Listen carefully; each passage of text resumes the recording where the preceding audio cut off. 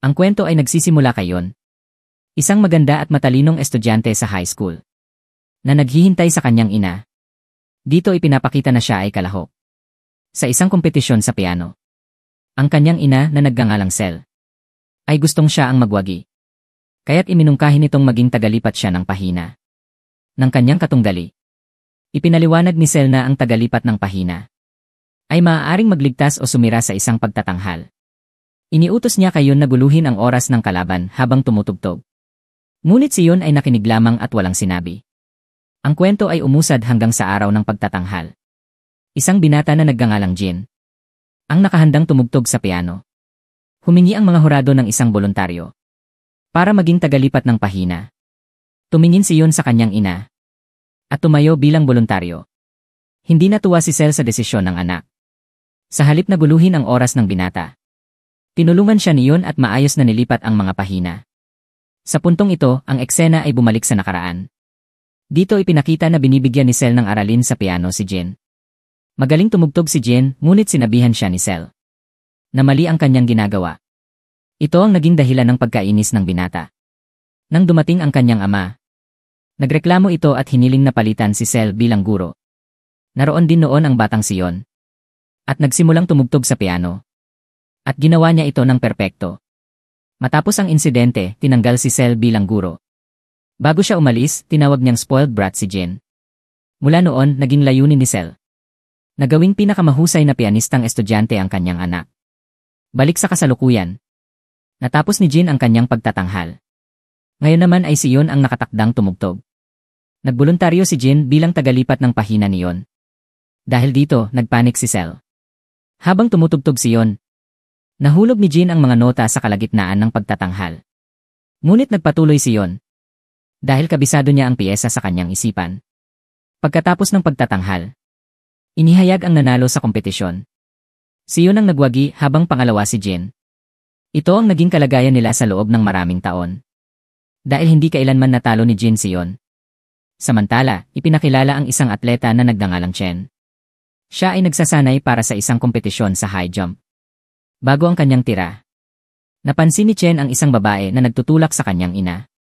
Dahil dito, sumigaw siya sa babae at nagalit. Hiniling ni Chen sa kanyang coach na itaas ang bar. Bagamat nag-aalala, pumayag ang coach. Sa sorpresa ng lahat, nalampasan ni Chen ang bar ng madali. Dahil sa tagumpay, sinabi niya na itataas pa niya ang kanyang susunod na lundad. Pinayuhan siya ng coach na tumigil na, ngunit nagpumilit si Chen. Sa labas ng concert hall, kinausap ni Sel ang anak at binati ito sa tagumpay. Ngunit hindi niya napigilang ipahayag ang galit. Dahil hindi sinunod niyon ang kanyang utos. Samantala, si Jin ay pumunta sa simbahan. Nagdasal siya sa Diyos na parusahan si Yon dahil sa kanyang pagiging mayabang. Pagod na si Jin na laging matalo at minamaliit. Habang nangyayari ito, naghahanda si Chen para sa kanyang susunod na lundad. Ngunit nabigo siya at nasaktan sa kanyang singit. Samantala, si Jin ay nakatanggap ng tawag mula sa kaibigan. Ipinahayag nito na si Yon at ang kanyang ina ay naaksidente. Horrified, tumingin si Jin sa crucifix. Nagbago ang eksena sa ospital. Sinabi ni Yon sa doktor na nahihirapan siyang makilala ang mga hugis. Sinubukan din niyang kilalanin ang kanyang ina, ngunit hindi niya magawa. Ipinaalam ng doktor kay Sel na nasira ang optic nerve ni Yon at hindi na siya makakakita. Sa kabila ng lahat, determinado pa rin si Sel na magpatuloy si Yon sa pagtugtog ng piano. Umaasa na gagaling siya balang araw. Sa kabilang dako, si Chen ay ginagamot din sa ospital. Sinabi ng doktor na wala namang seryosong pinsala. Ngunit kailangang itigil ni Chen ang sports upang magkaroon ng normal na pamumuhay na walang sakit. Bagamat devastated, ngumiti si Chen sa harap ng kanyang ina at nagkunwaring maayos ang lahat. Samantala, si Jin ay nakaramdam ng pagkakasala at nagdesisyong bisitahin si Yon sa ospital. Inakala ni Yon na si Chen ay isang nurse at hiniling na dalhin siya sa rooftop. Nang mapansin ni Chen na hindi na makakita si Yon, nagdesisyon siyang tulungan ito. Habang mag-isa, naghanda si Yon na tumalon. Dumating si Jin at sinubukang pigilan siya. Ngunit hindi siya pinakinggan Yon. Siya ay labis na nalulungkot dahil sa asal ng kanyang ina at nawalan na ng gana sa buhay.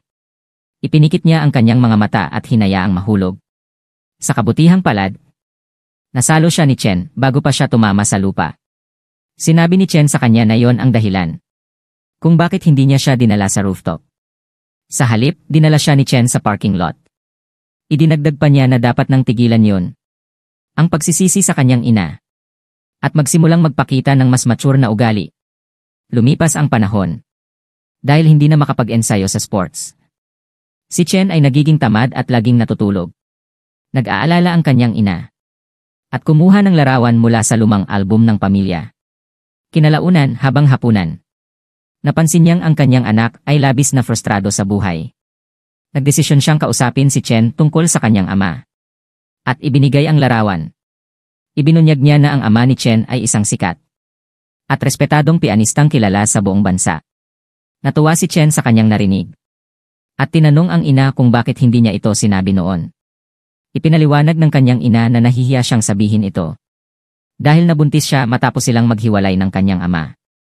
Sa murang edad, pinayapa rin niya si Chen, sinasabing kahit hindi na siya makapag-sports, maaari siyang mag-aral ng piano dahil ito ay nasa kanyang dugo. Sa kabilang dako, si Yun ay nasa bahay kasama ang kanyang ina. At sinabi niyang gusto niyang pumasok sa paaralan ng mag-isa. Ngunit tutol si Sel. Sinabi niyang inayos na niya ang lahat. Magkakaroon si Yun ng bagong tutor upang ituro sa kanya ang mga nota ng piano sa Braille. Nagalit ang dalaga nang marinig ito. At mariing sinabi na hindi na siya muling tutugtog ng piano.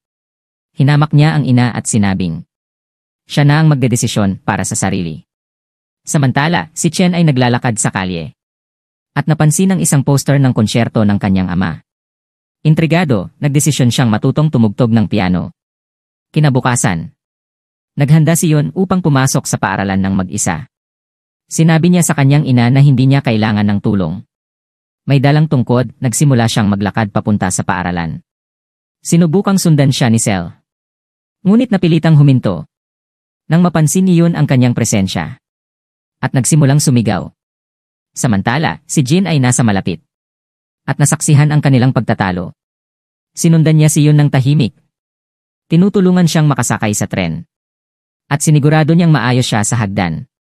Sa kabilang dako, si Chen ay pumunta rin sa parehong paaralan upang makipagkita sa guro para sa kanyang pagpasok. Ngunit sa kanyang kamalasan, tumanggi ang guro na tanggapin siya dahil kailangan niya ang presensya ng kanyang ina. Si Yun naman ay nasa cafeteria at sinusubukang makakuha ng tanghalian. Sa kasamaang palad, nabangga niya ang isang babae at natapon ang pagkain dito. Nagalit ang babae at sinigawan siya. Ngunit agad siyang inilayo ni Jin bago pa lumala ang sitwasyon. Kinalaunan, tinawag si Yun sa opisina ng guro. Iminungkahi ng guro na maghanap siya ng voluntaryo. Natutulong sa kanya. Sa una, tumanggi siya at sinabing kaya niya ito ng mag-isa. Ngunit ipinaalala ng guro ang insidente sa cafeteria. Kaya napilitan siyang pumayag. Biglang nagboluntaryo si Chen na maging kanyang katulong. Kapalit ng pagpasok niya sa paaralan. Nagustuhan ni Yun ang ideya at agad na pumayag. Kinalaunan, dumating na ang oras ng klase sa piano. Habang karamihan ng mga estudyante ay pamilyar na sa instrumento, si Chen ay walang ideya at nanatili lamang nakatitig sa pagtataka. Pagkatapos ng klase, nilapitan siya ni Jin at sinabi na gusto na niyang tapusin ang kanilang alitan at maging magkaibigan. Ngunit hindi siya sinagot ni Yun at iniwasan siya. Hindi sumuko si Jin at patuloy na nagpupumilit. Sinabi ni Yun na tigilan na siya nito dahil ayaw niyang kaawaan siya ni Jin. Samantala, pumunta si Chen sa aklatan at nagbasa tungkol sa mga leksyon sa piano. Dahil sa kanyang determinasyon, natutunan niya agad ang mga pangunahing termino na ikinatuwa ng kanyang mga kaklase. Pagkatapos ng klase, inulit ni Chen kay Yun ang lahat ng leksyong natutunan niya sa araw na yon. Gayunpaman, sa kabila ng lahat ng tulong niya, tumanggi pa rin si Yun na sumakay sa kanyang bisikleta. Isang hapon, habang pauwi si Yun, inaakusahan siya ng isang tao na nasaktan niya ang kanilang aso. Sa kabutihang palad, dumating si Chen upang ipagtanggol siya. At sa wakas ay sinakay siya sa kanyang bisikleta pauwi. Sa sorpresa ng lahat, nagustuhan ito ni Yun dahil naramdaman niya ang sariwang hangin na humahaplos sa kanyang pisngi. Pagdating nila sa bahay, hiniling niyang umalis na si Chen bago pa siya makita ng kanyang ina. Ngunit hindi nila alam, pinapanood na pala sila ni Sel. Habang papaalis si Chen, napansin niyang naiwan ni Yun ang kanyang tungkod. Nagdesisyon siyang ibalik ito sa kanya. Sa kanyang gulat, narinig niya si Sel na sinisigawan si Yun dahil sa paglalagay ng kanyang buhay sa panganib at sa pakikipag-ugnayan sa isang pasaway na binata. Ngunit ipinagtanggol siya ni Yun. Sinabing si Chen ay isang mabuting tao na nagbigay sa kanya ng saya sa unang pagkakataon. Idinagdag pa niya na dahil sa obsesyon ng kanyang ina sa piano, lagi siyang nakakulong at hindi nakaranas ng kahit anong kasiyahan sa buhay. Kinabukasan, nakita ni Chen si Yun na may bagong anyo. Nag-iba ng hairstyle at maayos ang kasuotan. Sinabi ni Yun na handa na siyang gawin ang kahit ano. Dinala siya ni Chen sa isang lagusan na madalas niyang puntahan. At hiniling na tumugtog siya ng piano. Tumugtog si Yun ng isang napakagandang melodiya. Nalabis na humanga kay Chen. Sa paaralan, habang naghahanda ang mga babae para sa sports, dinala ni Chen si Yun sa isang bakanteng silid. At sinabing magpalit na siya roon. Habang nasa labas si Chen para magbantay, sinabi ni Yun na okay lang at pinakiusapan siyang umalis. Ngunit nang makaalis si Chen, isang estranghero ang nagtangkang kunan siya ng video. Sa galit, dumating si Jin at sinaktan ang estranghero, hanggang pigilan siya ng kanyang mga kaibigan. Kinabukasan, nakita ni Chen ang isang poster para sa isang event na tinatawag na kompetensya ng dalawang piano. Dahil magaganap ito sa loob ng 3 buwan, nagdesisyon siyang magsanay ng mabuti upang manalo. Narinig ito ng iba at pinagtawanan siya. Sinabing imposibleng matutunan ang lahat sa loob ng 3 buwan. Ngunit hindi pinansin ni Chen ang kanilang sinasabi at nanatiling determinado. Nilapitan niya si Yun at hiniling na maging kapareha niya sa kompetisyon. Sa kasamaang palad, tinanggihan siya ni Yun. Habang pauwi sila, iniisip pa rin ni Chen ang tungkol sa kompetisyon. Dinala niya si Yun sa parehong lagusan. At hiniling na kilalanin nito kung maitatugtog niya ang parehong melodiya na ginawa ni Yun. Nakangiti, pumayag si Yun na bigyan siya ng pagkakataon. Sa kanyang gulat, naiparinig ni Chen ang melodiya ng napakaganda. Napansin ni Yun na may malaking potensyal si Chen. Nang matapos tumugtog si Chen, tinanggap ni Yun na maging kapareha niya sa kompetisyon. Nagbago ang eksena sa isang sikat na pianistang lalaki na nag-ensayo sa kanyang studio. Biglang pumasok ang kanyang assistant na may dalang maraming sulat. Ninisyan niya ang mga ito dahil karamihan ay mula kay Chen. Tinanong ng assistant kung bakit hindi niya nabanggit noon na may anak siya. Sinabi ng lalaki na hindi niya alam na may anak siya. Sa sulat ni Chen, binanggit niya na sasali siya sa kompetensya ng 2 piano. Labis itong ikinamangha ng lalaki. Kaya't nagdesisyon siyang pumunta sa Korea upang makilala ang kanyang anak. Balik sa lagusan, alam ni Yun na dahil sa kanyang pagkabulag, maliit ang tsansa nilang mapili. Sinabi niya na kung mananalo sila sa kompetisyon, muli siyang tutugtog ng piano. Sa narinig, sinabi ni Chen na ibubuhos niya ang lahat, kahit ang kanyang buhay, para manalo. Samantala, tinanong ng isang guro si Jin kung bakit hindi siya sumali sa kompetisyon. Sinabi ni Jin na hindi siya sasali ngayon. Kinalaunan, nilapitan niya si Yun at minamaliit siya dahil pinili niyang makipagtulungan sa isang baguhan. Narito ang pagsasalin sa Tagalog ng iyong kwento. Ibinunyag niya na si Chen ay mabilis na umuunlad at magiging mahusay sa kompetisyon. Narinig ni Chen ang usapan at ngumiti dahil ipinagtatanggol siya ni Yun. Simula noong araw na yon, nagdesisyon silang magpraktis magkasama. At nagkita sila sa piano room sa gabi. Habang nag-ensayo si Jin mag-isa, narinig niya ang mga dumating at nagtago sa likod ng sofa. Sinabi ni Yun kay Chen na ngayong gabi, magpapraktis sila ng isang melodiya sa napakabilis na bilis. Handang tanggapin ni Chen ang hamon. Nagsimula silang tumugtog. Ngunit hindi makasabay si Chen sa ritmo. Paulit-ulit siyang nagkamali. At nahihiya, hindi na siya nagsalita. Kinabukasan, hindi sumipot si Chen sa labas ng bahay ni Yun tulad ng nakagawian. Hindi rin siya sumagot sa mga tawag o mensahe. Makikita na siya ay nag-ensayo ng mahirap na piyesa. Ngunit paulit-ulit siyang nabibigo. Dumating ang araw ng kompetisyon. Sa dressing room, tinanong siya ni Yun kung bakit hindi siya tumawag. Ngunit ngumiti lamang si Chen. Bagamat ang kanyang mga mata ay puno ng pagkabahala. Sinabi ni Yon na magiging maayos ang lahat. Basta't mag-focus lamang sila. Nagsimula ang kompetisyon. At isa-isang umakyat ang mga kalahok sa entablado.